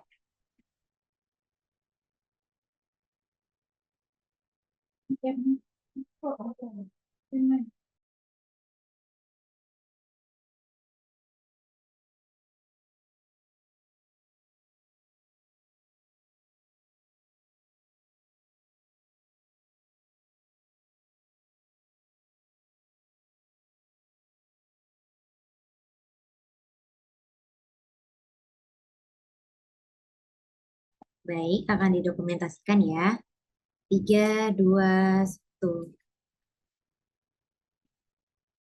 Sekali lagi. 3, 2, 1.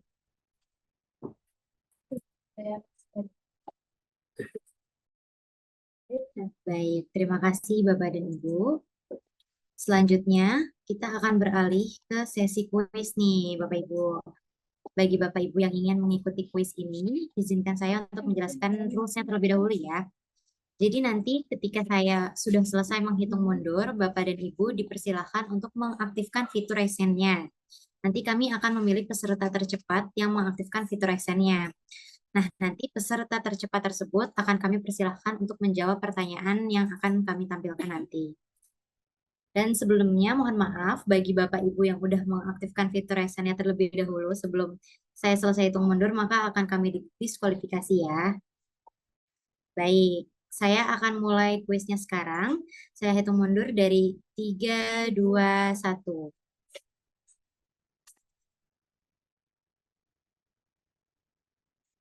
Wah, langsung banyak nih ya yang mengaktifkan fitur Raizen-nya. Sebentar, saya akan cek kandidat tercepat terlebih dahulu.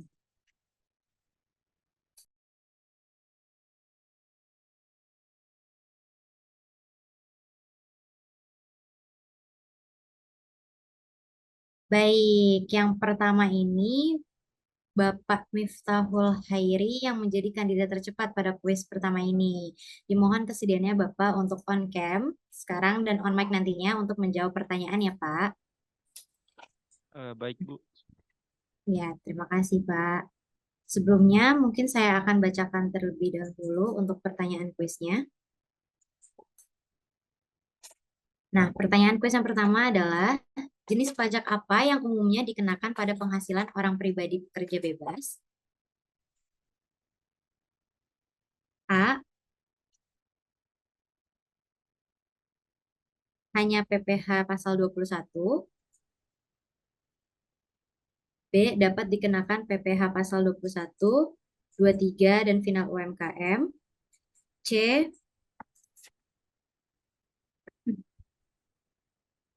Jawabannya B, Yang Bu. bentar Bapak. Oh, keluar. Apa ini? Yang B, Bu.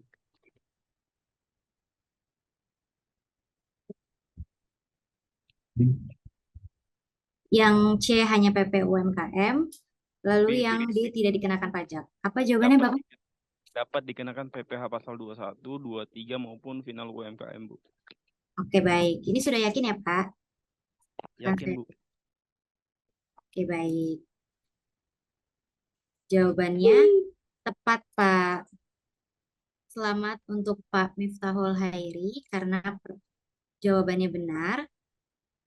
Terima kasih, Bu.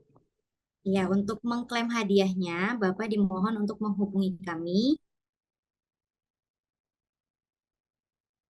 Dan jangan lupa untuk follow Instagram dari Pajakin di @pajakin, lalu membuat Instastory mengenai webinar hari ini, dan nggak lupa juga untuk tag Pajakin nantinya ya, Pak. Baik, Bu. Terima kasih, Pak. Oke, Bapak dan Ibu bisa bersiap untuk kuis pertanyaan yang kedua nih.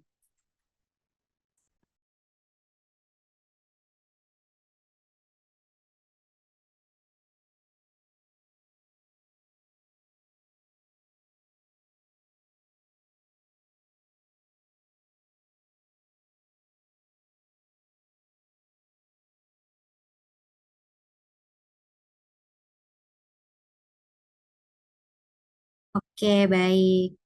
Bapak dan Ibu, mungkin bisa mengaktifkan fitur resennya setelah saya menghitung mundur ya. 3, 2, 1.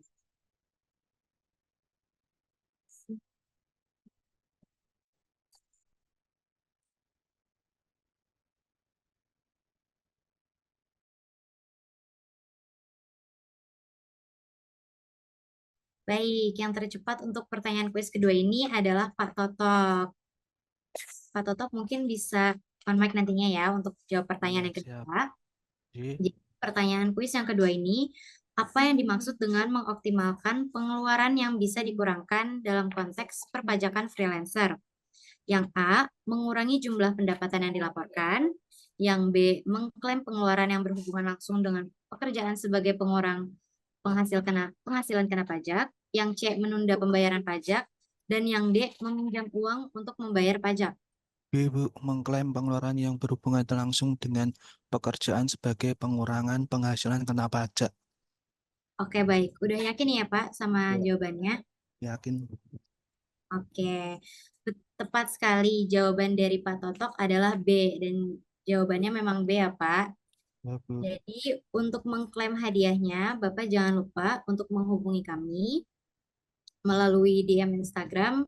Dan tidak lupa juga untuk memfollow Instagram Pajakin di @pajakin. Maaf, di @pajakin. Dan membuat Instastory mengenai webinar hari ini. Dan gak lupa juga untuk tag Instagram Pajakin. Terima kasih, Pak Toto. Sama, Bu. Oke, baik. Bapak dan Ibu bisa bersiap untuk raise hand di pertanyaan ketiga. 3, 2, 1.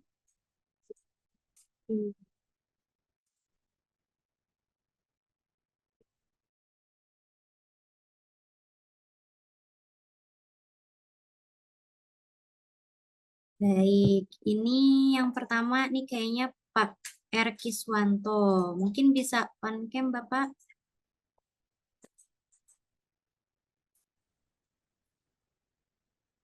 Ya, baik, Bu. Oke, baik. Jadi pertanyaan yang ketiga ini, apa perbedaan utama antara 1770 S dan 1770 S?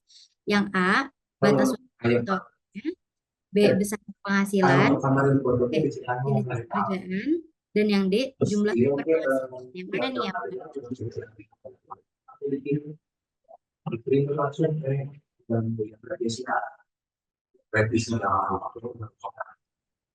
Yang B, Bu.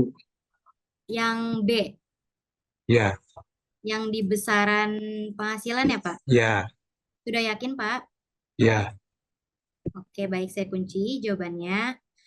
Mohon maaf Pak Kiswanto, pertanyaannya kurang tepat. Jadi mungkin kita bisa alihkan ke peserta selanjutnya. Mohon maaf ya Pak. Saya hitung 3, 2, 1.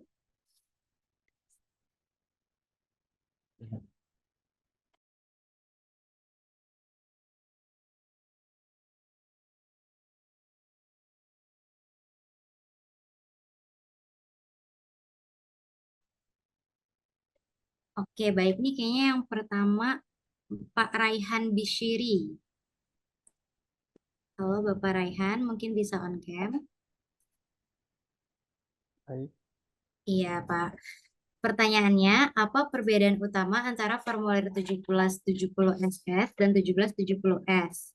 Yang A, batas waktu penyetoran, B, besaran penghasilan, C, jenis pekerjaan, dan yang D, jumlah sumber penghasilan.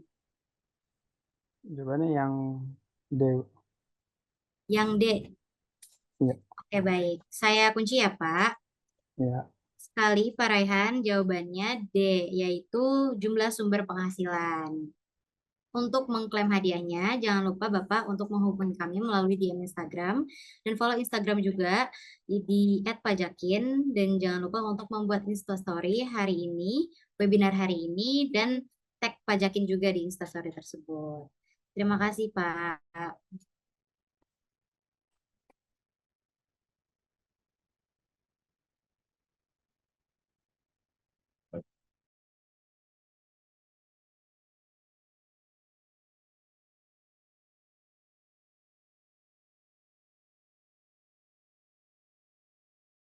Oke, baik. Bapak dan Ibu, selanjutnya kita akan masuk ke sesi tanya jawab nih, yang mana nanti sesi tanya jawab itu akan dijawab langsung oleh Mbak Diva. Nah, tadi kan pada isi tanya jawab itu di link yang sudah dikirim di kolom chat Zoom ya, dan saya lihat-lihat udah banyak pertanyaan yang masuk ke kita nih. Jadi mungkin saya langsung bacain aja pertanyaan yang masuk yang ada di link tanya jawab ya. Pertanyaan pertama ini ada dari Pak Fadil S. Mahfud. Apakah sama pajak yang dikenakan untuk pekerja freelancer dan pekerja tetap atau karyawan tetap? Kepada Mbak Diva, saya persilakan untuk menjawab pertanyaan pertama. Baik, terima kasih Mbak Dita. Izin menanggapi ya, untuk Pak Fadil, apakah sama pajak yang dikenakan untuk pekerja freelance dan pekerja karyawan tetap ya? Jadi untuk pajak yang dikenakan pada pekerja freelance dan pekerja tetap ataupun karyawan tetap, itu berbeda dalam beberapa aspek. Nah, meskipun keduanya ini sama-sama dikenai pajak penghasilan. Nah, perbedaan utamanya terletak pada status pekerjaan dan cara penghitungan pajaknya. Jika karyawan atau pekerja tetap itu tarif hitungannya adalah menggunakan tarif efektif atau TER yang PPh 21 terbaru, objeknya adalah gaji yang diterima atas pekerjaannya dan pemotongnya adalah perusahaan atau pemberi kerja. Jadi pelaporan SPT tahunan untuk karyawan tetap dapat menggunakan formulir 1770S atau 1770SS karena hanya satu pemberi kerja. Kemudian sedangkan jika pekerjaan bebas atau freelancer ini, pajak yang dikenakan bisa berupa PPh 21, 2, ataupun 23, ataupun final. Jadi tergantung pada jenis jasa yang diberikan.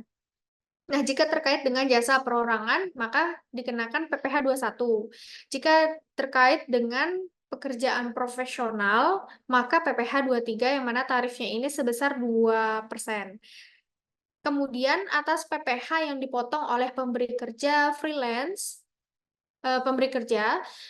ini berhak mendapatkan bukti potong yang dapat dijadikan sebagai kredit pajak untuk pelaporan SPT tahunan. Tentunya pelaporan SPT tahunan ini menggunakan formulir 1770S. Nah, kurang lebihnya seperti itu. Semoga dapat membantu ya Pak Fadil. Terima kasih. Saya kembalikan ke Mbak Dita. Baik, terima kasih ya Mbak Diva atas jawaban yang telah disampaikan. Kami harap Bapak Fadil dapat memahami jawaban yang telah disampaikan oleh Mbak Diva.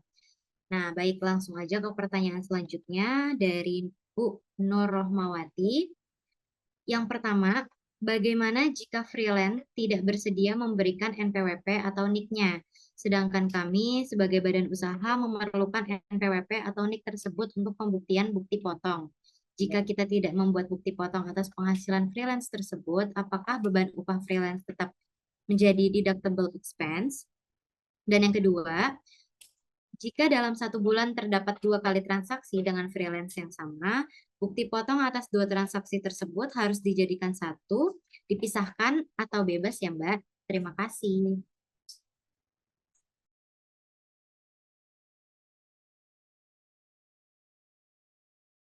Baik, terima kasih Mbak Dita. Izin menanggapi ya Bu Nur Rohmawati untuk pertanyaan pertama tadi, bagaimana jika freelancer itu nggak bersedia kasih NPWP ataupun NIK-nya?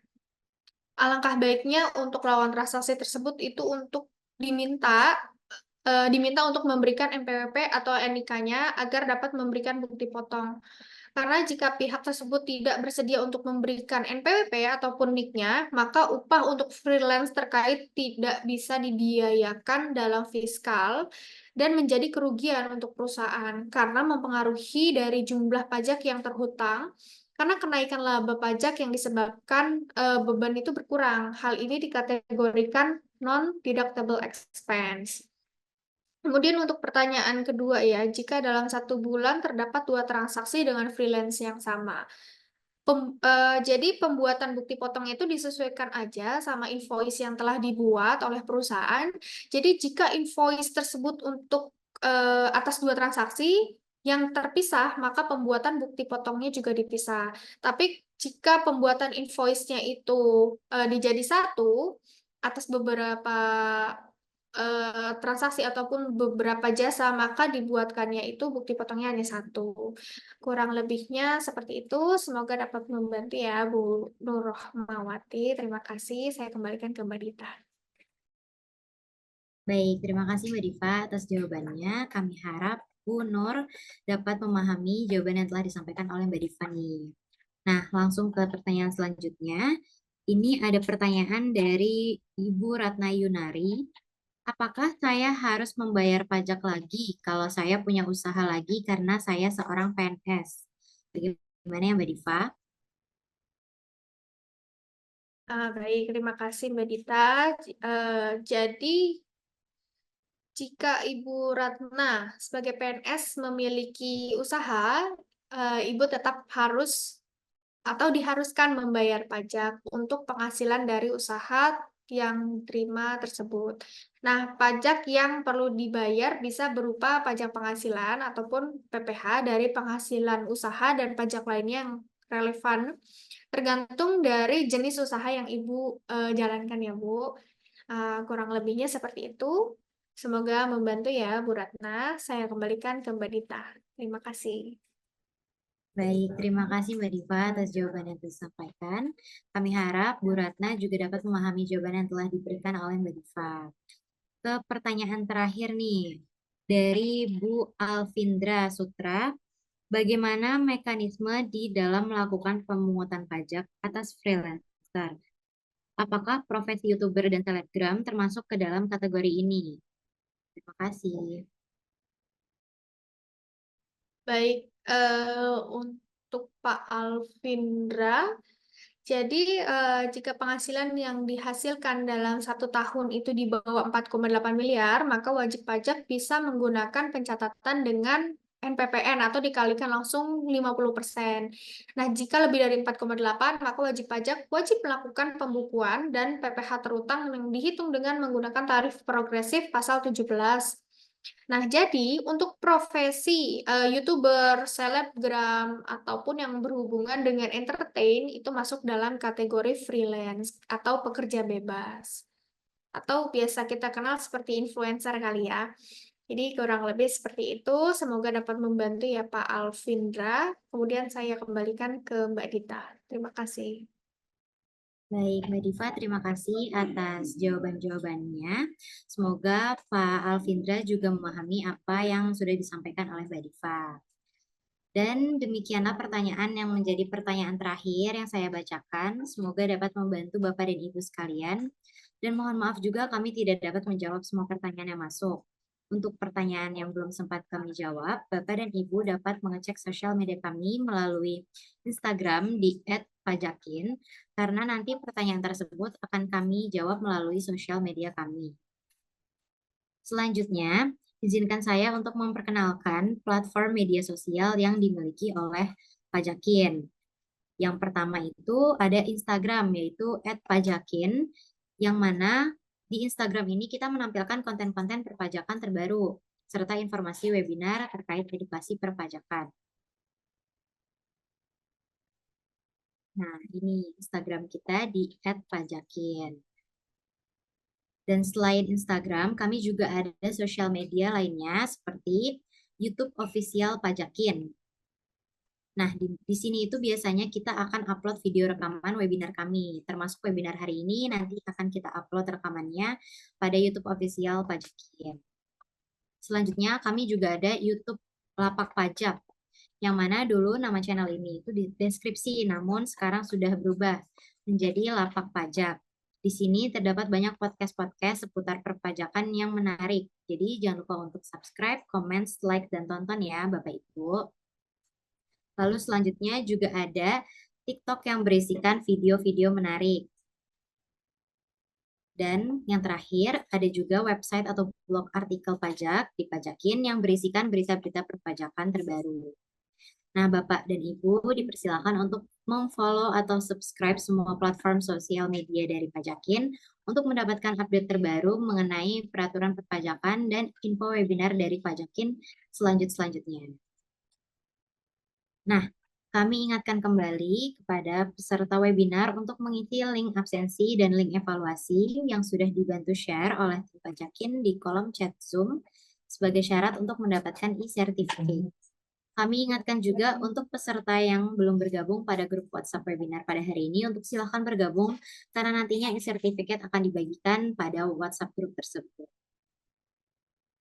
Nah, nggak kerasa nih kita udah sampai di penghujung acara untuk sesi webinar pada hari ini.